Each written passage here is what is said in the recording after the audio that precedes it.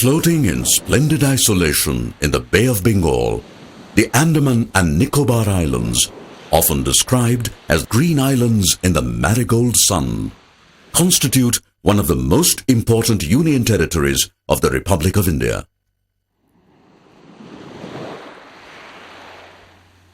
The two groups, separated by the dreaded 10-degree channel, have no common culture. The Nicobar Islands, lying south of the Andamans, consist of 24 islands, of which only 12 were inhabited by Nicobarese before the tsunami. Very little is known about the ancient history of the Nicobar Islands. But like the Andamans, the existence of the Nicobars has been known from the time of Ptolemy. Through centuries, the Nicobar Islands have been often referred to as the land of the naked people by travelers. In Tanjore inscriptions, they are mentioned as Nakkavaram, which translates as land of the naked.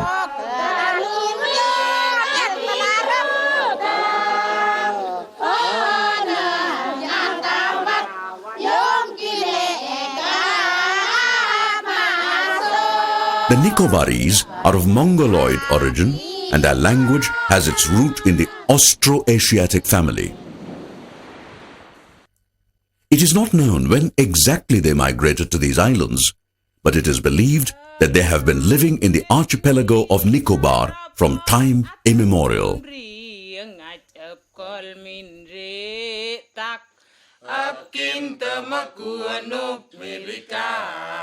The Nicobar Islands were officially taken over by the British from the Danes in 1869. During the Second World War, between 1942 and 1945, the Japanese forces briefly occupied the Nicobar Islands. The British reoccupied the islands after the Japanese surrendered. And after independence from the British in August 1947, became part of the Indian Republic. The islands have been protected under the Protection of Aboriginal Tribes Regulation of 1956, and entry to them are highly regulated.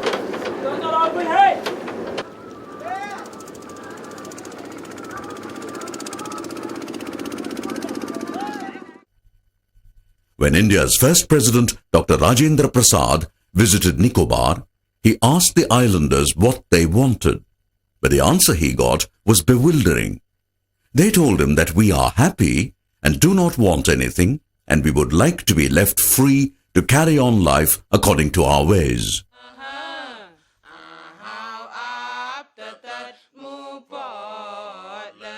The Nicobarese show great pride in their traditions and customs. Theirs is a well-knit society, having no distinction of class and creed.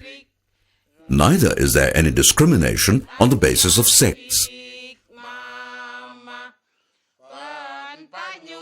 The islands of Nicobar are endowed with long stretches of unpolluted, extremely beautiful, white sandy beaches. The most striking feature of the islands is the rich natural vegetation, which covers a varied topography of hills, mountains and valleys, with a profusion of the dark mottled green of the omnipresent equatorial rainforest.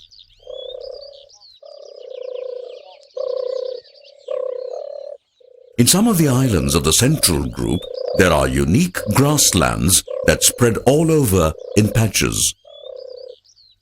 The unique combination of lush green environment, natural exotic palm-fringed beaches, and the warm azure seas were once home to the Nicobarese, as all the 15 villages in Car Nicobar were located.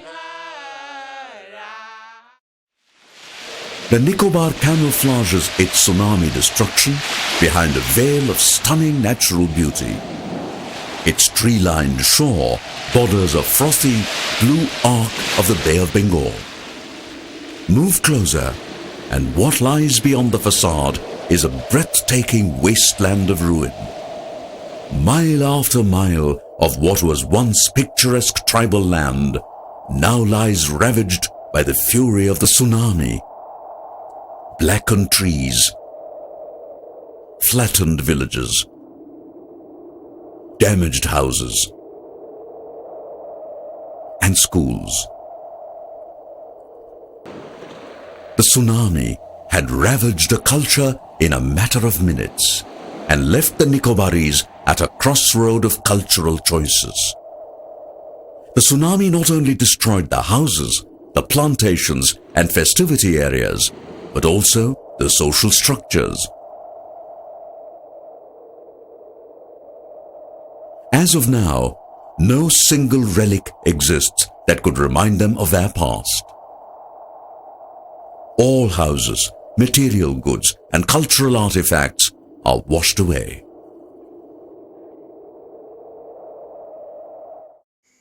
They appear to be at the crossroads of civilization and are striving hard to cope with modern life.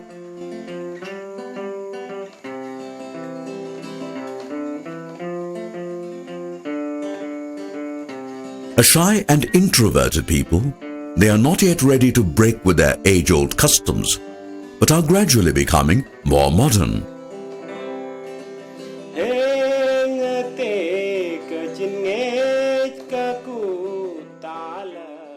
Now, after the tsunami, all new settlements have been shifted to higher hinterlands.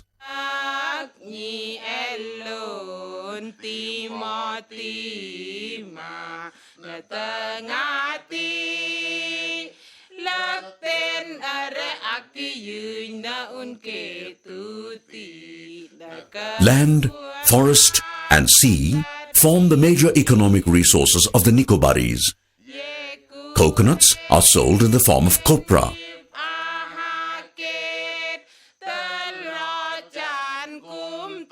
The entire family takes part in the production process, which begins with harvesting and husking.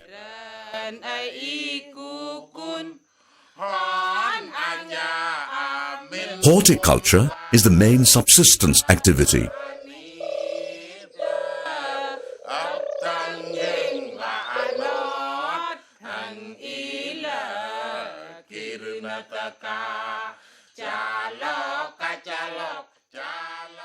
Though their traditional food include coconut, pandanus pulp, yam, bananas, etc., they now prefer rice, chapati, pulses, and tea to traditional foods.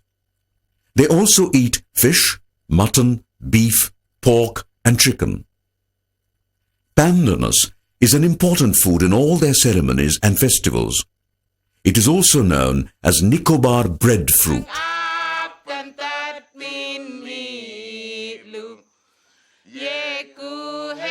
Pigs are their most valuable assets and are reared by almost all Nicobarese. It is a symbol of their cultural identity.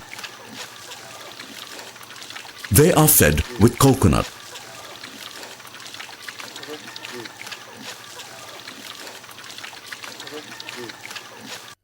To feed their pigs, they use pig pens, which is a carved wooden dish.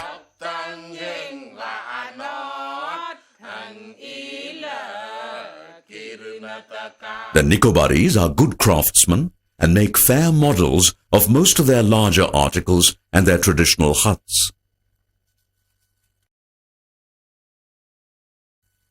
Pot making is mastered by women of Chaura Islands only. They are expert in cane string basket making.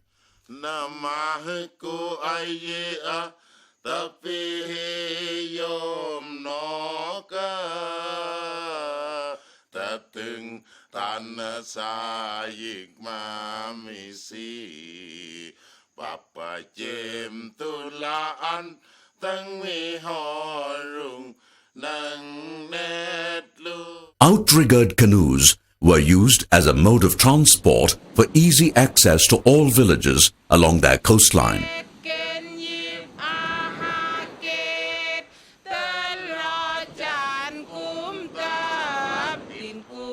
They have three sizes of canoe: the small, the medium used for transportation in the nearby sea and fishing, and a larger seafaring canoe which is used for racing and inter-island travel.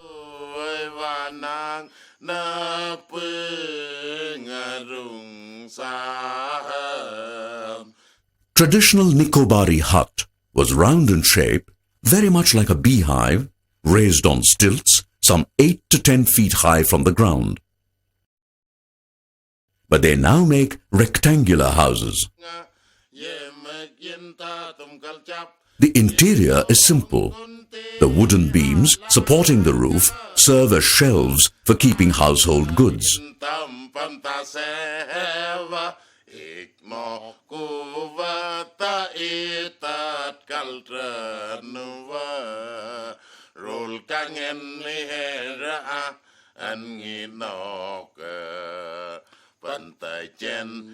The traditional ladders to enter the huts are carved wooden beams with notches on either side to support the foot during climbing.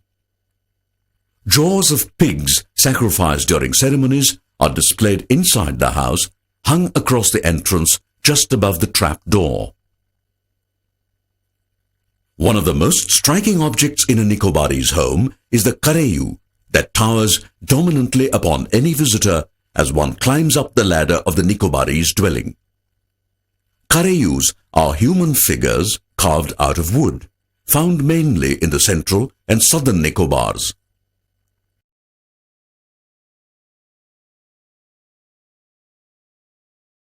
These kareyus are made posthumously for a good person.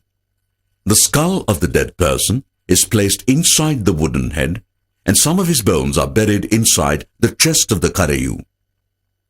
This figure is then believed to retain some of the spiritual powers of the dead person that are invoked during ceremonies, festivals, and healing rituals.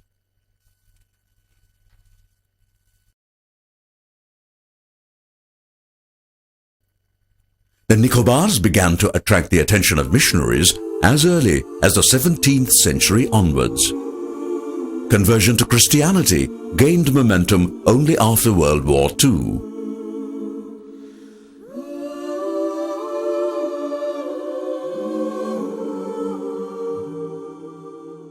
And now, almost 90% of the Nicobarese are Christians.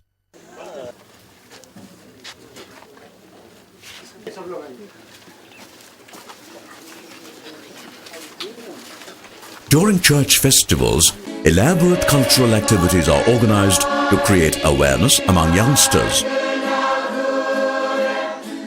During these festivals, they regularly attend the church.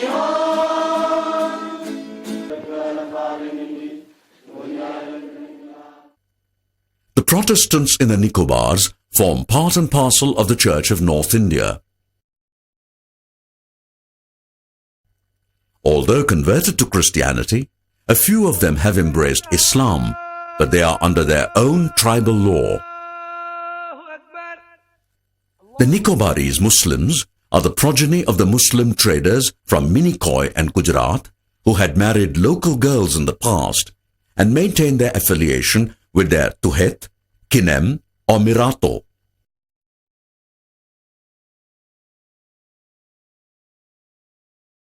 The Nicobarese Muslims follow the Hanafi and Shafi schools of the Sunni sect.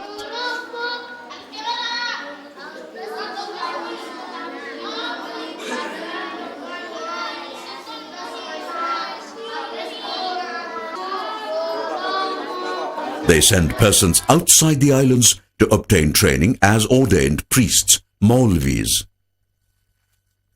They celebrate Eid Fitr, Eid, and Eid Zuha, Bakrid.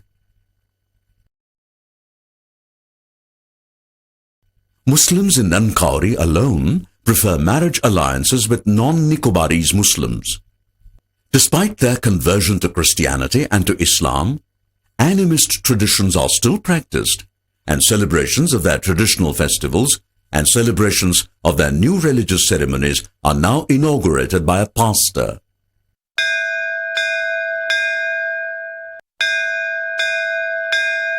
They are a secular community. They are Nicobarese first and then Christians or Muslims.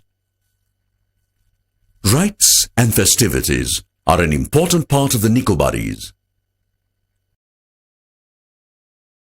The Ozuri feast is a major social festival. Hachua stick combat is an essential part of an Ozuri celebration.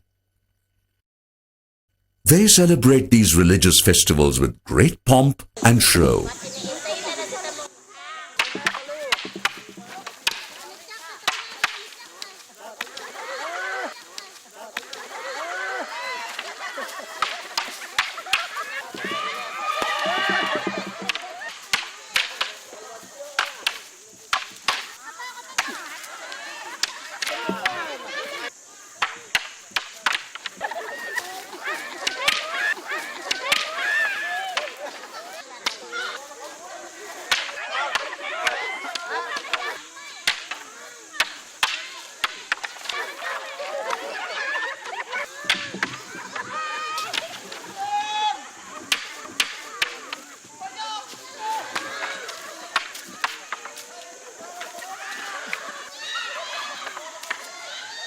All the spirit objects in the islands are celebrated in the festival.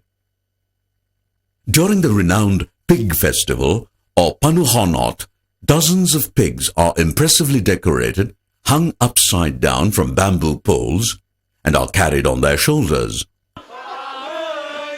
The festivals consist of various stages like dancing, singing, drinking toddy, and feasting all night.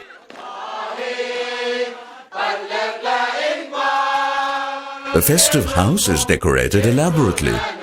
Colorful pieces of cloth are used to decorate the festive house.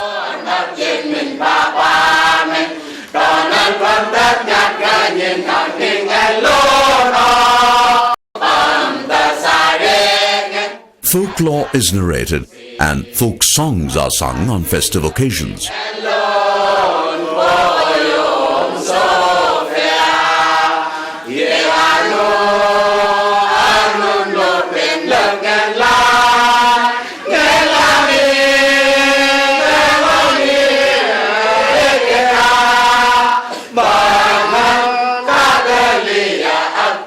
Young men and women decorate themselves with dancing apparels such as headgears, palm leaves, armlets, waist girdles, ornaments, and many other things of the kind.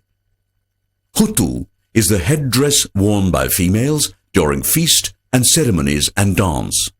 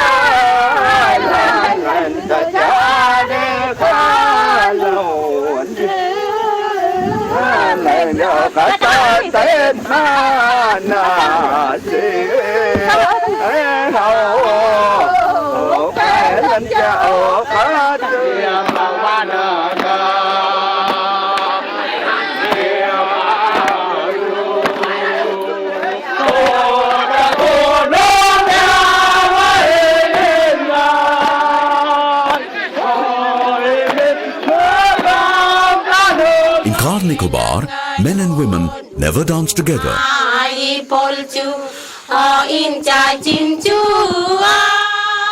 They generally dance forming a sort of ring in a group, accompanied by steps, foot tapping, swinging and swaying their hips, moving rhythmically accompanied by folk songs.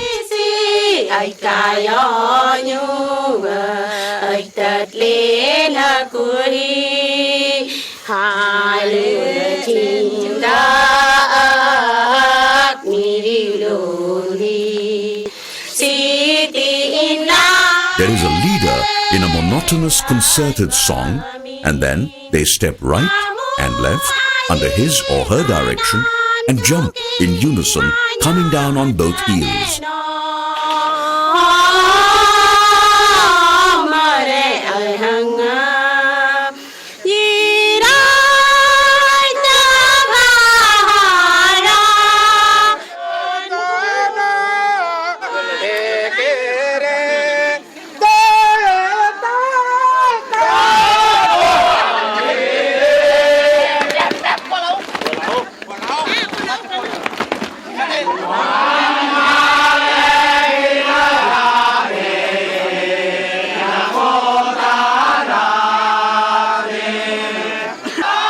Tapping of the feet and dance steps are called sanuto. It is difficult to detect the intention of the symbolic presentation. In fact, the meaning of sanuto is not clear, but is believed to have been preserved either for the pleasure it gives or as a traditional part of the festival. They move very slowly in an anti-clockwise direction, a pattern that changes after every song and sanuto.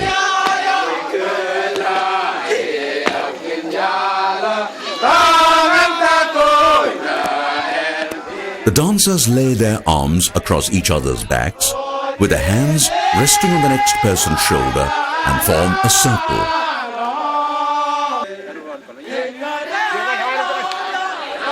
The gestures and complicated tapping of the feet in dancing are called saralor and sut.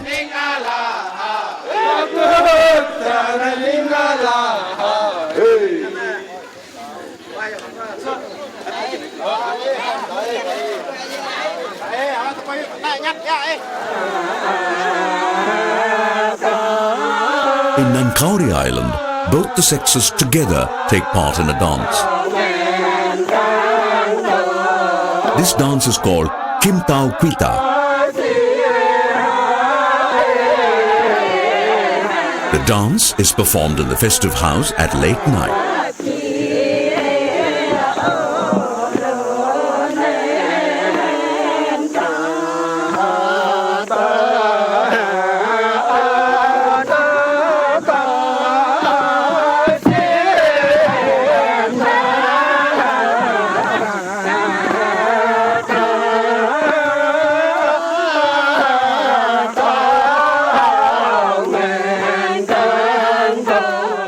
In the beginning, the dance is more somber and traditional. Towards the morning, the dancing becomes more lively and is performed with faster rhythms.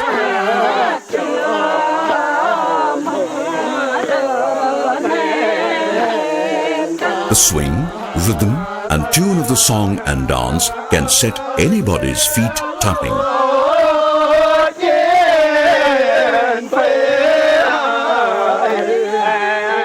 dancing is called Hasang Sanum.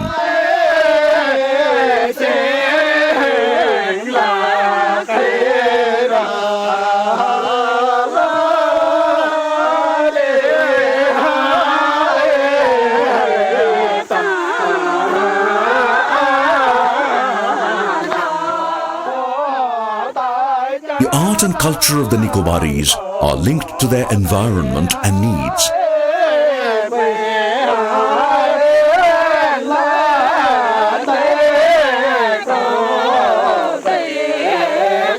They love fun and frolic and find recreation in singing and dancing.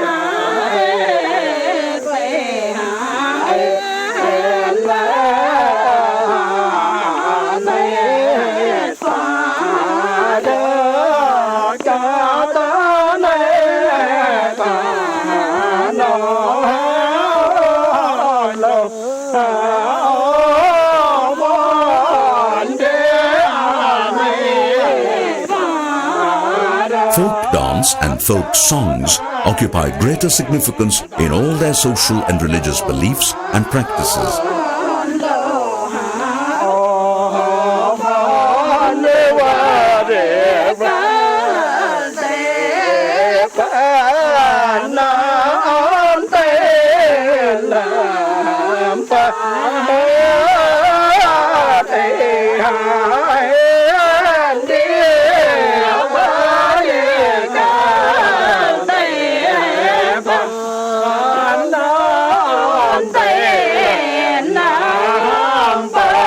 It is an inseparable part of their day-to-day routine.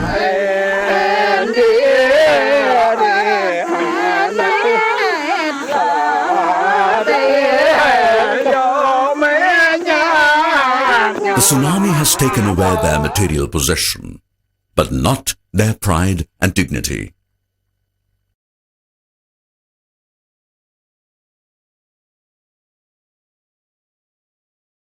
The inhabitants have remarkably managed to conserve their culture and their identity.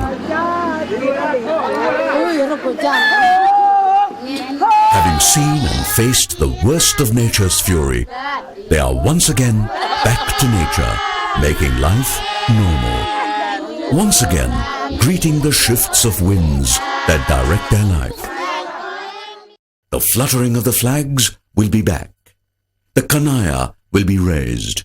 The crowd will cheer again, and the ancestors will be honored like ever. The large canoes are being readied for the jovial competition.